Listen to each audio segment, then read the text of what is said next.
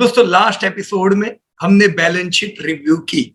इस एपिसोड में अब हम इनकम स्टेटमेंट को रिव्यू करेंगे। राइट, तो कैसे करेंगे? Will examine the revenue, expenses and profitability of the company. तीनों चीज, रेवेन्यू यानी धंधा, एक्सपेंसेस यानी खर्चे और प्रॉफिटेबिलिटी कंपनी की हम एग्जामिन करेंगे।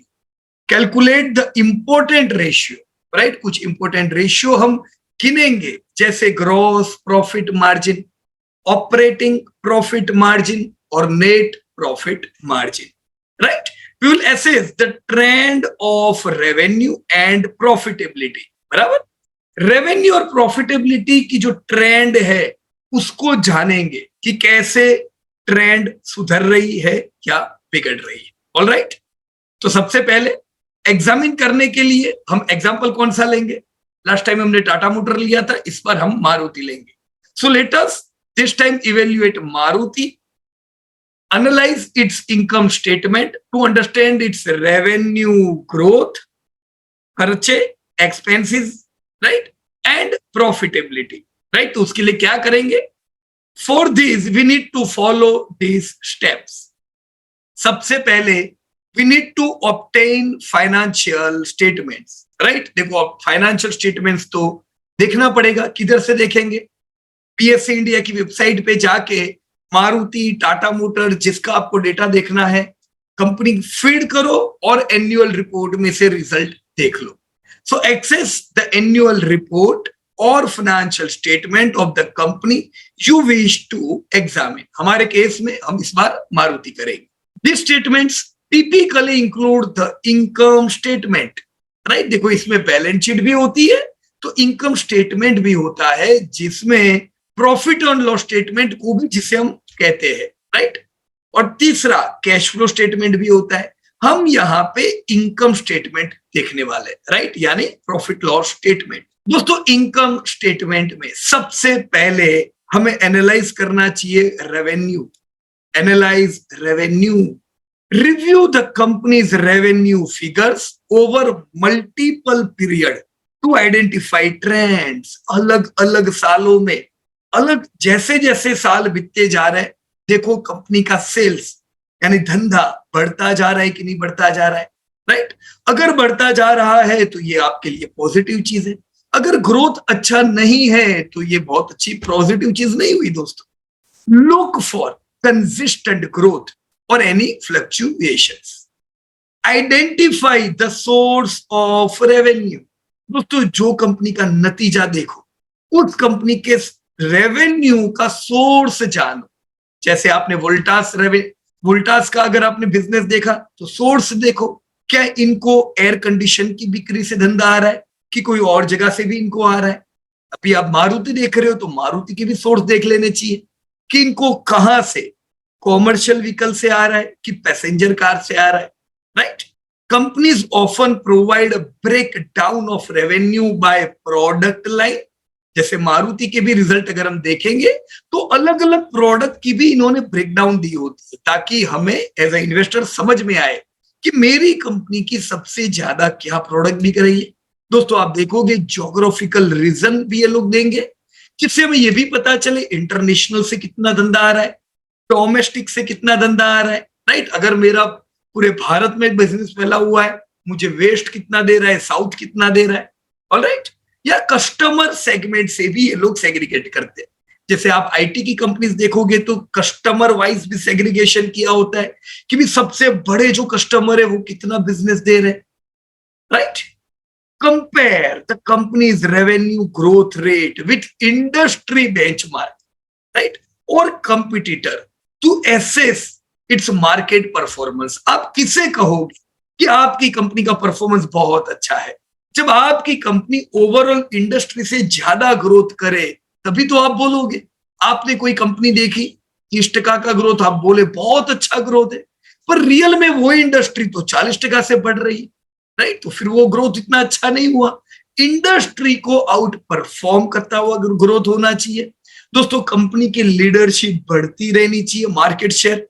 राइट, कंपटीटर जो कंपनियां है, जो उनके जैसा बिजनेस करने वाली कंपनियां हैं, उनसे ज्यादा ग्रोथ हमारी कंपनी का होना चाहिए।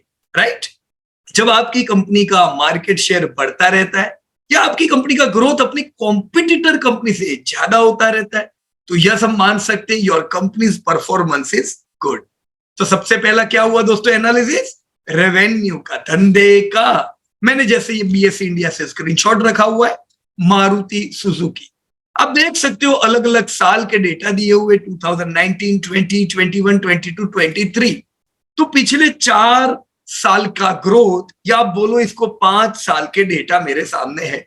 मुझे डेटा देख के पता चल रहा है कि कंपनी का revenue, main source of income revenue धंधा, वो 2019 में 2019 में 86,000 करोड़ का था।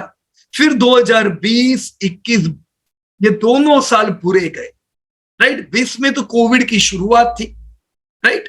20-21 आपके कोविड अफेक्टेड ईयर। 22 से वापस रिकवरी देखी गई मारुति के सेल्स में, और देखो 2023 में तो इन्होंने लैंडमार्क सेल्स 1 लाख करोड़ का दोस्तों पार किया है। तो जी हाँ, अब हम कह सकते हैं कि मारुति का net revenue from operation 1 lakh crore से ज्यादा का है।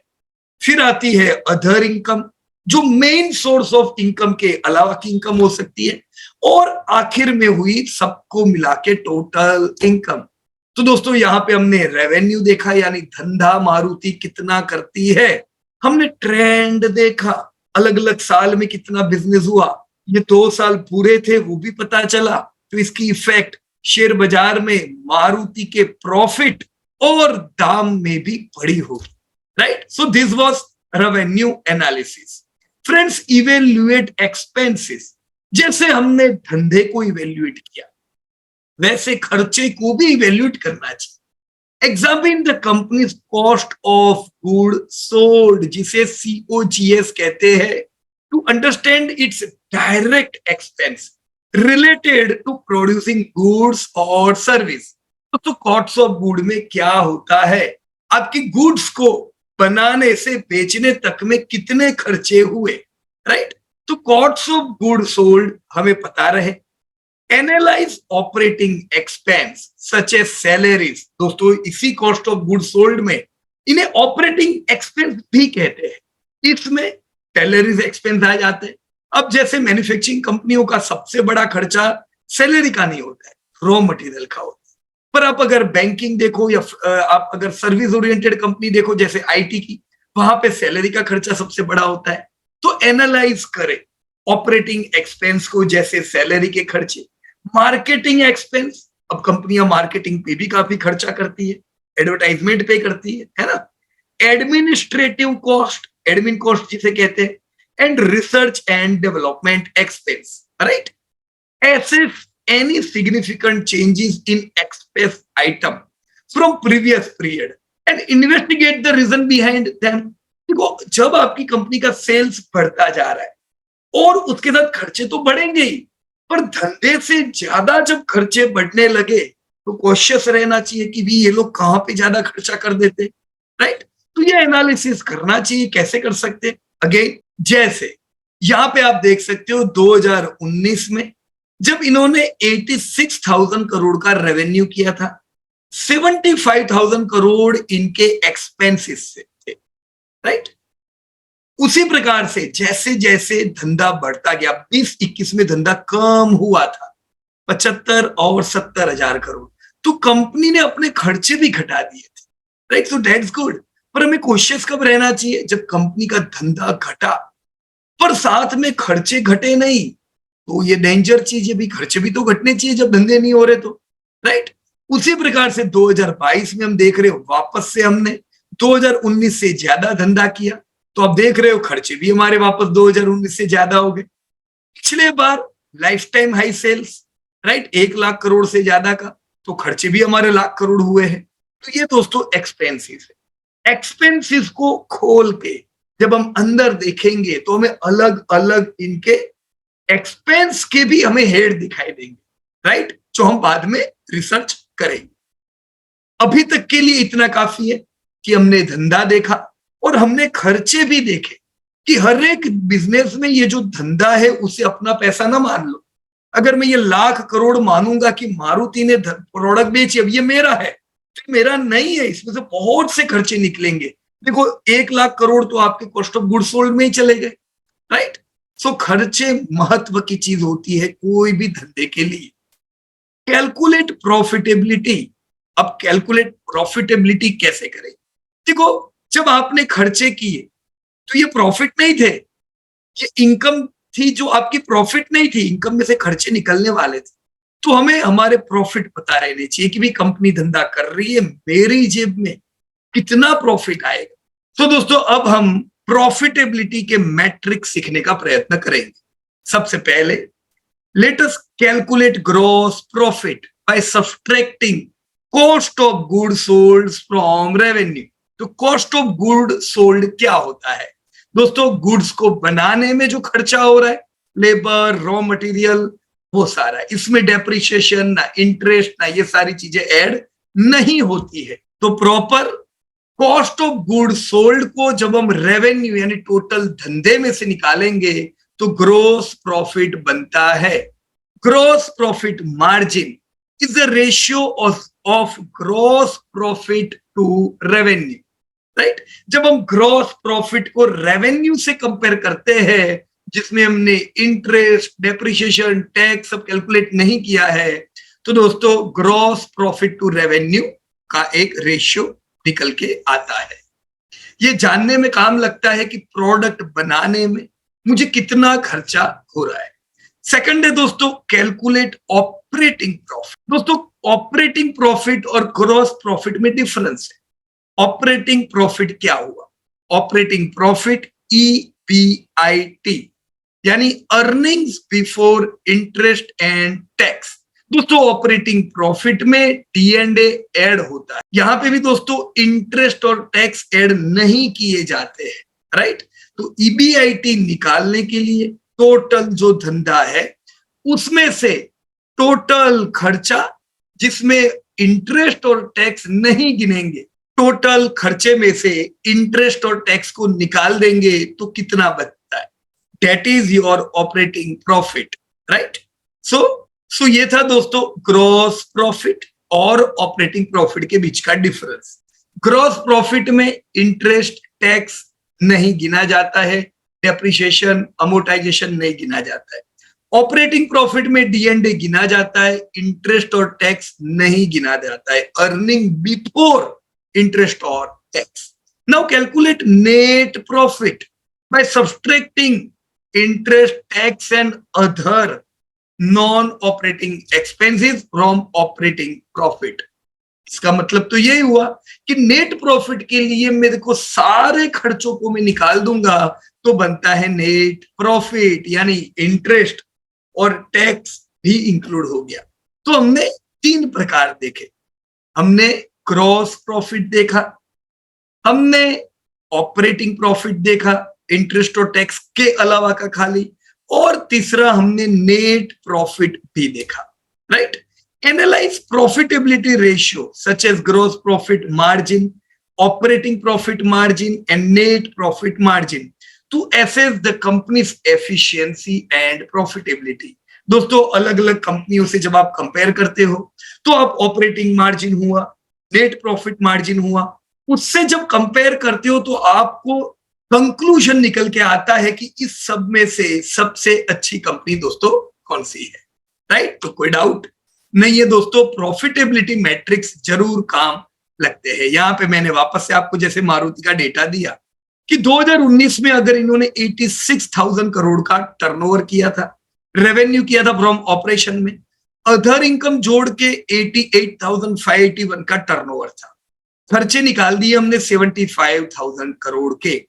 इसमें से दोस्तों हमने इंटरेस्ट भी निकाल दिया जो मारुति 76 करोड़ पे करता है। अब दोस्तों इतना बड़ा टर्नओवर, 86,000 करोड़ की टर्नओवर की कंपनी के लिए 76 करोड़ कुछ भी नहीं है, इसे हम ऑलमोस्ट डेब्ट फ्री कंपनी दोस्तों कहेंगे। दोस्तों इंटरेस्ट निकालने के बाद प्रॉफिट बिफोर टैक्स, राइट। अब ये EBIT नहीं है, ये खाली है प्रॉफिट बिफोर टैक्स, क्योंकि इंटरेस्ट का खर्चा निकल गया। टैक्स से पहले का प्रॉफिट दिख रहा है मुझे 13,485 करोड़। इसमें से दोस्तों डेप्रिसिएशन भी निकाल दिया, टैक्स भी निकाल दिया। अब आखिर में मेरे पास क्या बचा? नेट प्रॉफिट 7500 करोड़ का, राइट। तो 2019 में अगर मेरी कंपनी ने 88,000 करोड़ की टोटल इनकम की थी, सब खर्चे निकालने के बाद मेरे लिए बचे कितने? 7500 करोड़। अब दोस्तों पिछले साल भी अगर हम देखें तो अगर 1,20,000 करोड़ की टोटल इनकम थी तो भी मेरी कंपनी का प्रॉफिट तो 80-50 करोड़ ही था। मतलब मेरी कंपनी के, मुझे इससे आ रहा है अंदाज कि मार्जिन थोड़े डिक्रीज हुए थे। क्यों ऐसा होगा? क्योंकि 2023 में दोस्तों इन्फ्लेशन हाई था, राइट फ्रेंड्स। तो इसी प्रकार से आप अलग अलग कंपनी की total income, profit before tax, net profit और प्रॉफिट मार्जिन आप अपने आप दोस्तों गिन सकते हो, right. So now we will assess profitability trend.